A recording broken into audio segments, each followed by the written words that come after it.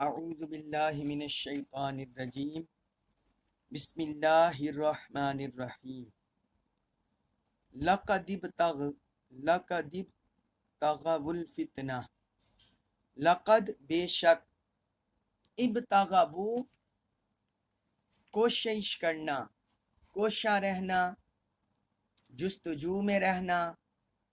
پیچھے لگا رہنا، یہ سارے اس کے معنی ہیں ابتغوا کے۔ لقد ابتغوا الفتنہ، وہ کوشش کرتے رہتے ہیں الفتنہ، فتنہ کی۔ یہ ہم پچھلی آیات میں پڑھتے چلے آ رہے ہیں، یہ منافقوں کا تذکرہ ہو رہا ہے۔ اللہ تعالیٰ نے منافقوں کی مختلف چالیں، ان کے مختلف ہیلے بہانے، ان کو بے نقاب کیا ہے اور ان کی سازشوں کو بے نقاب کیا ہے۔ تو اس آیت میں اور اگلی آیات میں بھی منافقوں کا ذکر ہی ہو رہا ہے۔ فرمایا لقد ابتغوا الفتنہ، بے شک وہ پہلے بھی، بے شک وہ فتنہ پردازی میں کوشاں رہے ہیں، من قبل، پہلے بھی، یعنی کوئی ان کا آج کا یہ کام نہیں ہے، وہ پہلے ہی سے یہ کرتے چلے آ رہے ہیں۔ وقلبوا، اور الٹ پلٹ کرتے ہیں،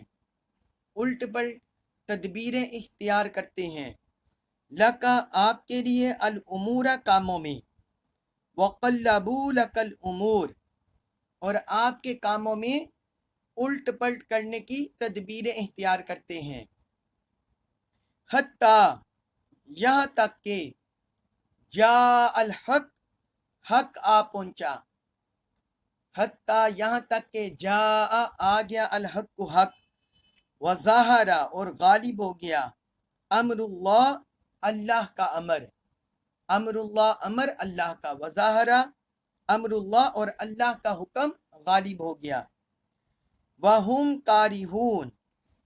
اور وہ ناپسند کرتے ہیں، وہ اسے ناپسند کرتے ہیں۔ اب اس آیت مبارکہ میں اللہ رب العزت نے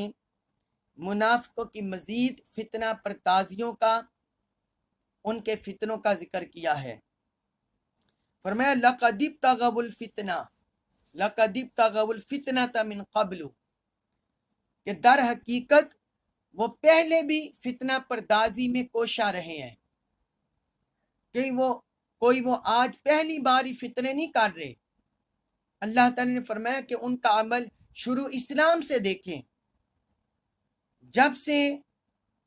وہ مسلمانوں میں داخل ہوئے ہیں اسی طرح فتنے کرتے چلے آ رہے ہیں۔ کبھی غزوہ بدر میں فتنے، کہ مسلمانوں کے اندر سازشیں پیدا کرنا کہ تم تجارتی کافرے پر حملہ کرو،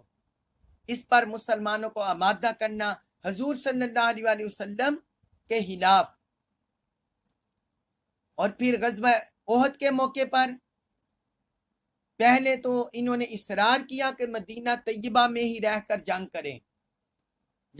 جب صحابہ کرام کے مشورے سے طے ہو گیا اور حضور صلی اللہ علیہ وآلہ وسلم کی خواہش سے کہ باہر نکل کر جنگ کرنی ہے، تو پھر عبداللہ بن ابی رئیس المنافقین، منافقوں کا سردار، وہ 300 منافقوں کو لے کر اسلامی لشکر سے جدا ہو گیا۔ پھر غزوہ حنین کے موقع پر جب اموال غنیمت تقسیم ہو رہا تھا، اس وقت بھی سازشی انہوں نے کی، اور اسی طرح مختلف معاملات میں بھی سیدہ عائشہ صدیقہ رضی اللہ عنہ پر بہتان ترازی جو واقع افک ہوا، تو وہ بھی منافقوں کی سازشوں سے۔ تو اللہ رب العزت نے فرمایا لقد ابتغوا الفتنۃ من قبل، وہ اس سے پہلے بھی فتنوں میں مبتلا رہے ہیں، مسلمانوں کے اندر فتنے پیدا کرتے رہے ہیں۔ آگے فرمایا وَقَلَّبُوا لَكَ الْأُمُورِ، اور آپ کے کام الٹ پلٹ کرنے کی تدبیریں کرتے رہے ہیں۔ قلب یقلب، تقلیب کا مطلب ہے کہ سیدھے کام کو الٹ پلٹ کر دینا، اپنی حرکتوں سے، اپنے عمل سے، اپنے قول سے، اپنے فعل سے، تاکہ اسلام کو، پیغمبر اسلام کو نقصان پہنچے۔ تو اللہ تعالی نے فرمایا جو سیدھے کام ہوتے ہیں یہ آپ کے ان کاموں کو بھی الٹ پلٹ کرتے رہے ہیں، تدبیریں کرتے رہے الٹ پلٹ کرنے کی۔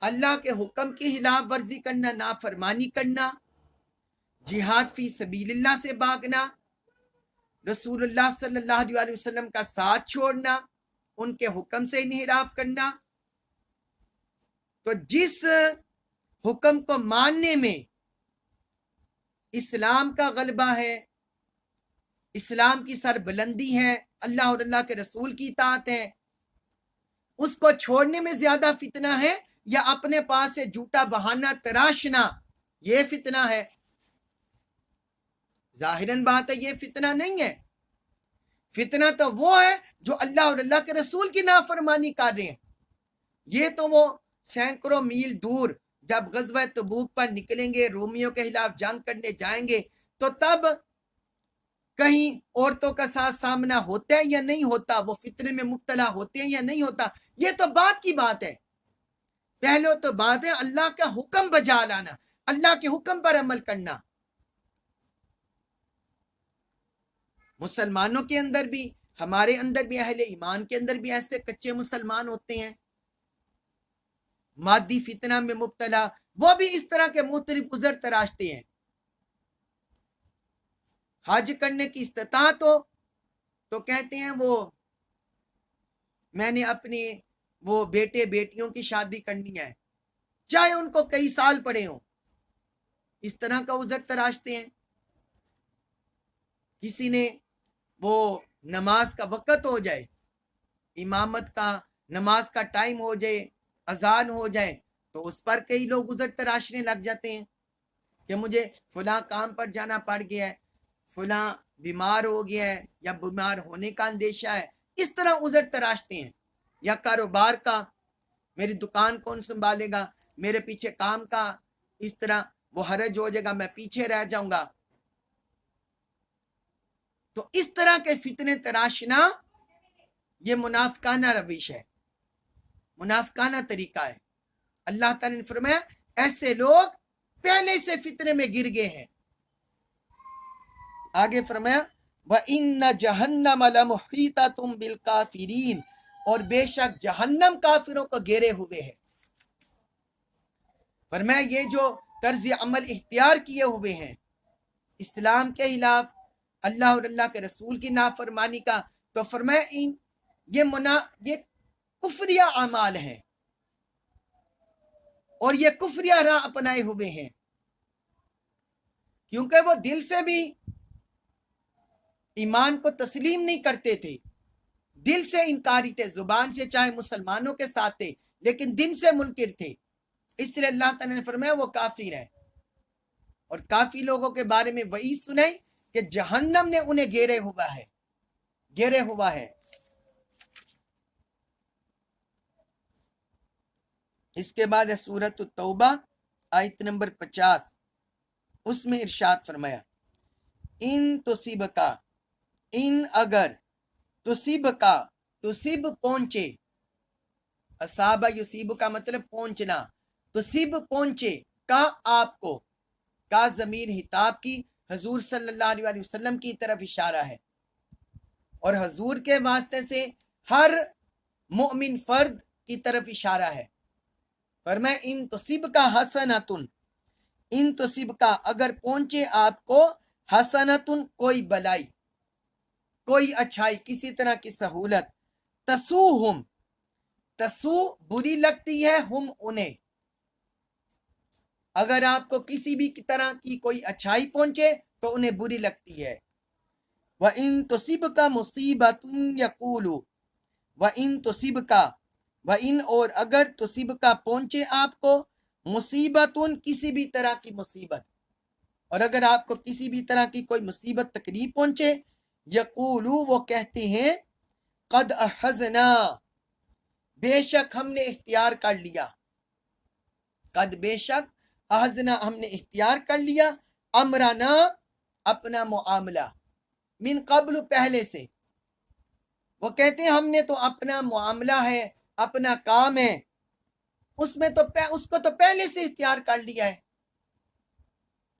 وَيَتَوَلَّوْا اور وہ پلٹتے ہیں، وَهُمْ فَرِحُونَ اس حال میں کہ خوشیاں منا رہے ہوتے ہیں. وَيَتَوَلَّوْا وَهُمْ فَرِحُونَ، اور خوشیاں مناتے ہوئے پلٹتے ہیں۔ اب یہاں اللہ رب العزت نے منافقوں کی مسلمانوں کے بارے میں جو روش ہے اس کا ذکر کیا ہے کہ منافق مسلمان سے کسی حال میں خوش نہیں ہوتا، جس کے دل میں ٹیر پن ہوتا ہے، جو اہل ایمان کے خلاف ہوتا ہے، وہ کبھی مسلمان سے کسی حال میں خوش نہیں ہوتا اور مسلمان کا برا ہی سوچتا ہے۔ اللہ رب العزت نے یہاں اسی کا ذکر کیا ہے، فرمایا ان تصبک حسنۃ تسؤہم،